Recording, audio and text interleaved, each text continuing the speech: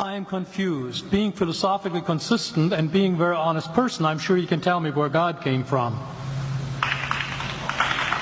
And in addition, once you've told me where God comes from, please try to clarify how you can figure that a spiritual force can have an impact on a material universe to create it. I think that some years ago we already talked about that kind of thing in philosophical circles at any rate, by posing the question, if angels are made of spiritual matter and a pen is made of material matter and spiritual matter displaces no space, how many angels can dance on the tip of a pen? I have a sense of sort of reversal experience here, but please do, go ahead. You got 5 minutes. Okay, so 2 questions. All right. Go ahead. All right, your question, where did God come from, assumes that you're thinking of the wrong, obviously it displays that you're thinking of the wrong God, because the God of the Bible is not affected by time, space, or matter. If he's affected by time, space, or matter, he's not God. Time, space, and matter is what we call a continuum. All of them have to come into existence at the same instant, because if there were matter but no space, where would you put it? If there were matter and space but no time, when would you put it? You cannot have time, space, or matter independently. They have to come into existence simultaneously. The Bible answers that in 10 words. In the beginning, there's time. God created the heaven, there's space, and the earth, there's matter.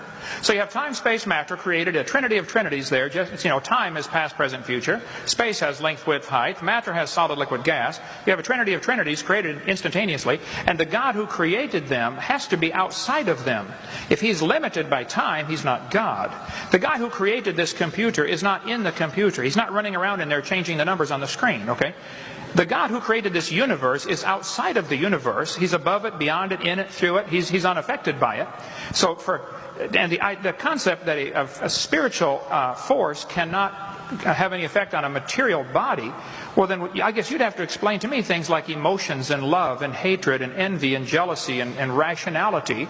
I mean, if your brain is just a random collection of chemicals that form by chance over billions of years, how on earth can you trust your own reasoning processes and the thoughts that you think? Okay, so there's a whole host of questions that are a whole lot harder for you to answer than, in the beginning, God. Where's information come from? This universe is not just random molecules circulating around. I mean, it carries information. Just like a book is so much more than ink on a paper, it carries information.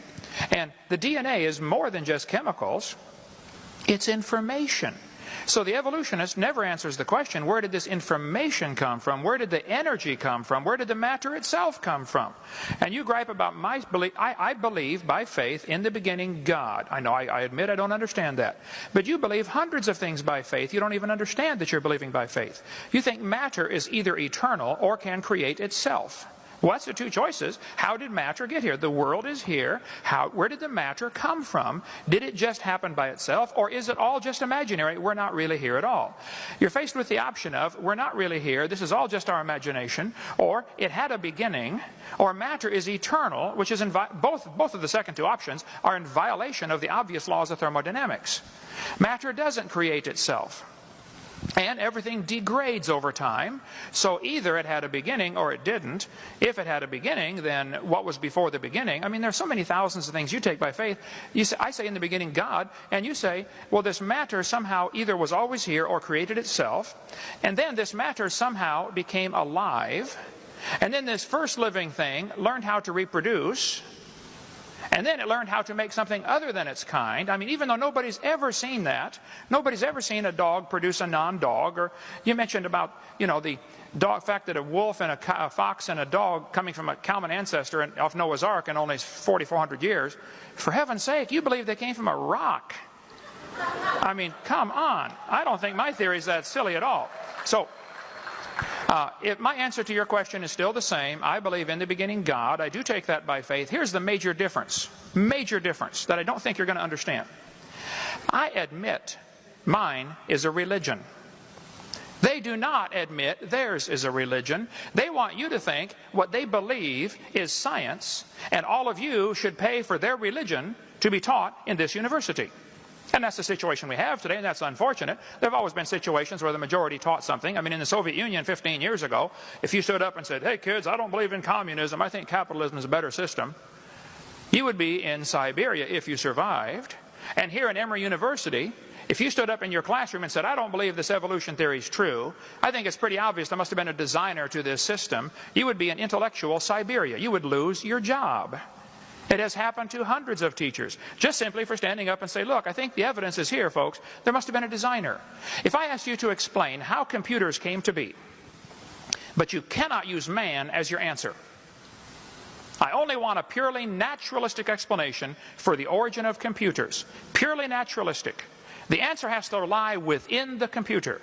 How did these molecules get together? How did this data get together? How did these plastic molecules come together and the different silicone chips? How did it happen? Your answer has to lie in the computer. I've already eliminated the only obvious answer to the problem at the beginning by my definition. They're trying to eliminate the only logical answer to the question by their definition of science. They want to define science as things that we can observe and test and demonstrate in the natural world. Okay, well then that eliminates both evolution and creation. Both are unobserved. We don't see anything change. We don't see anything created from nothing. Here's the problem. Both creation and evolution are religious. I admit mine's a religion. They don't admit theirs is a religion. And all of us are paying for their religion to be taught in the school system. And I, for one, resent that. So my answer is still the same. God did it. So,